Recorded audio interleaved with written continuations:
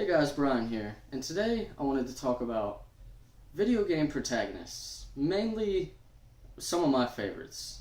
The first one I want to talk about is Aurora from Child of Light. Now, if you haven't played Child of Light, do yourself a favor and please pick up this game. And Aurora starts off this little girl. She's scared and in this weird world. It's like a dream world almost.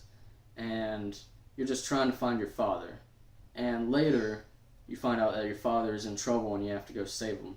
And I just like that role reversal as the child saving the parent instead of the parent saving the child. It's very interesting. And seeing Aurora grow into a young woman and her transformation throughout the game is incredible. And going from that, I wanted to talk about Lara Croft in the new Tomb Raider game. Now, in the past, I didn't really like Lara Croft as a character in the older Tomb Raider games, and they didn't give me a reason to care. And Crystal Dynamics did an amazing job in making me care about Lara Croft in this new Tomb Raider game. You know, in the beginning of the game, you're hurt, you're scared, and you're just trying to escape. And by the end of the game, you've grown into this strong woman who can do anything and goes through hell to do what she has to do. And going from kind of a similar level of that, in a way, I'd like to talk about Joel from The Last of Us. Now, The Last of Us is an amazing game, and I think it would be to credit that Joel's story is what makes The Last of Us interesting. In the beginning, you're just a guy, you know, normal dude, and then the apocalypse happens. And then there's a 20-year gap that we see, 20 years later, and slowly you get to see what kind of person Joel became. And it kind of begs the question, is there really such thing as good or bad in the apocalypse? Is there such thing as good people in the apocalypse? And the answer might surprise you in that, not really. You know, you just have to do what you have to do to survive. And that's very much what Joel is. And from that, I wanted to talk about another Naughty Dog character, Nathan Drake.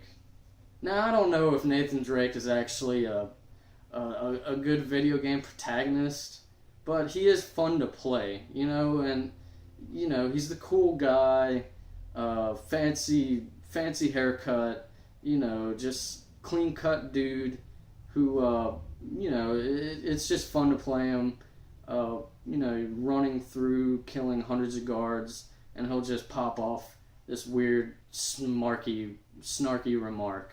And he's just a fun character to play, and the side characters are probably more interesting than Nathan Drake, looking back at it, but in this future game, in Uncharted 4, it looks like they're trying to make Joel a more relatable character, and I hope it works out for them. And last but not least, this one will be obvious for anybody who watched my last video, but I wanted to talk about Solid Snake from the Metal Gear Solid series. Now, Solid Snake kind of embodies the American hero, you know, he saves the world and doesn't ask for anything in return, and he doesn't even get the girl at the end, which is kind of messed up, you know, Meryl marries somebody else, but that's something different. And, you know, you can tell he's had a troubled past, and that is, to a lot of credit, David Hayter's voice with the grisliness. You can tell he's been through some stuff. And it's just, you know, Kiefer Sutherland is playing Snake now, and he's doing a good job. But only time will tell if who's the better voice actor. And I think, you know, it'll surprise you.